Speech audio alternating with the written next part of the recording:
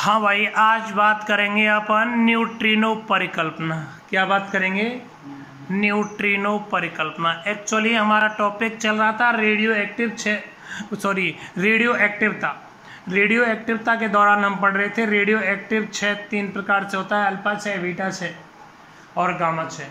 Alpha क्षय पढ़ लिया था, हमारा टॉपिक चल रहा था बीटा क्षय। हमने देख लिया था ये बीटा क्षय है वो 2 प्रकार से संपन्न होता है, एक धनात्मक बीटा क्षय और एक ऋणात्मक बीटा क्षय। ठीक है ना। इसके बाद में हम बात करेंगे न्यूट्रिनो परिकल्पना। एक्चुअली बात क्या थी, धनात्मक बीटा क्षय और ऋणात्मक बीटा क्षय के दौरान आपके पास में कुछ नियमों का पालन नहीं होता और कुछ नियमों का पालन नहीं होता। वो कौन है? आवेश संरक्षण, द्रव्यमान संरक्षण, ऊर्जा संरक्षण, संवेग, रेखीय संवेग संरक्षण और कोणीय संवेग संरक्षण। इन नियमों का पालन नहीं होने के कारण यहाँ एक परिकल्पना यूज की गई, वो न्यूट्रिनो परिकल्पना है।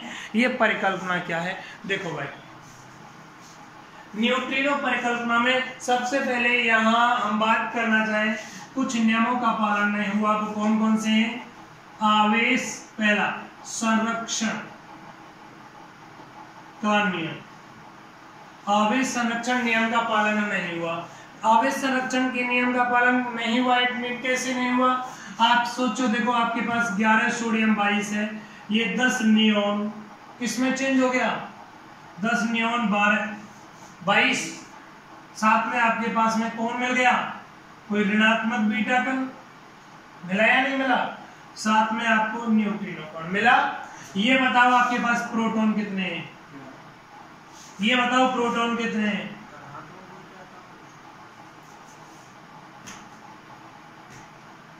धनात्मक बीटा कण, ठीक, न्यूट्रिनो कण मिलेगा।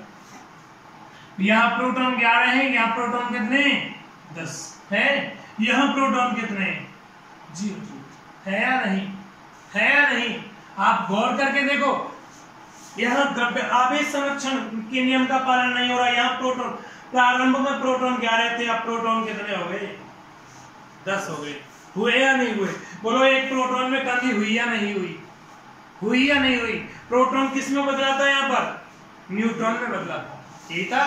तो यहाँ पर मैं बात करना चाहूँ, एक प्रोटॉन कौन है? 1H1 है।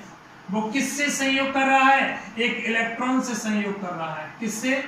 इलेक्ट्रॉन से संयोग कर रहा है। और आपके पास में कौन प्राप्त, किसका निर्माण हो रहा है? न्यूट्रिनो कण का, और साथ में एक एंटी न्यूट्रिनो कण मुक्त होता है। एक न्यूट्रॉन प्राप्त होता है और एक न्यूट्रिनो कण का निर्माण होता है। यही बात थी ना। आप देखो यहाँ पर एक प्रोटॉन इलेक्ट्रॉन को ग्रहण कर जाता है जब न्यूट्रॉन प्राप्त होता है। इस घटना को अपन बोलते हैं इलेक्ट्रॉन। क्या बोलते हैं बेटा?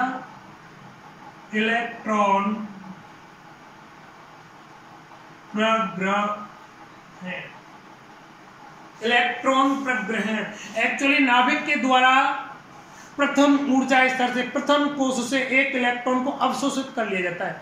नाभिक के चारों ओर वृत्ताकार कक्षाओं में इलेक्ट्रॉन चक्कर लगा रहे हैं, तो प्रथम ऊर्जा स्तर नाभिक के जस्ट पास होगा। नाभिक प्रथम ऊर्जा स्तर से एक इलेक्ट्रॉन को एक्सेप्ट कर लेगा, खा जाएगा, और यह इलेक्ट्रॉन प्रोटॉन से रिएक्शन करके क्या हो जाएगा? निर्माण करेगा किसका? न्यूट्रॉन का निर्माण करेगा।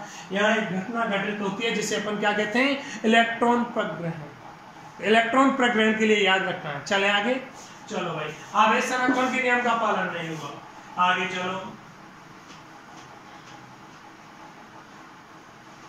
दूसरा होता है हमारे पास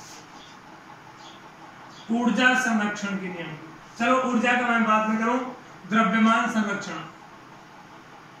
द्रव्यमान संरक्षण के नियम का पालन नहीं होता। इस नियम का भी पालन नहीं हुआ, इस नियम का पालन नहीं होता। क्यों नहीं होता?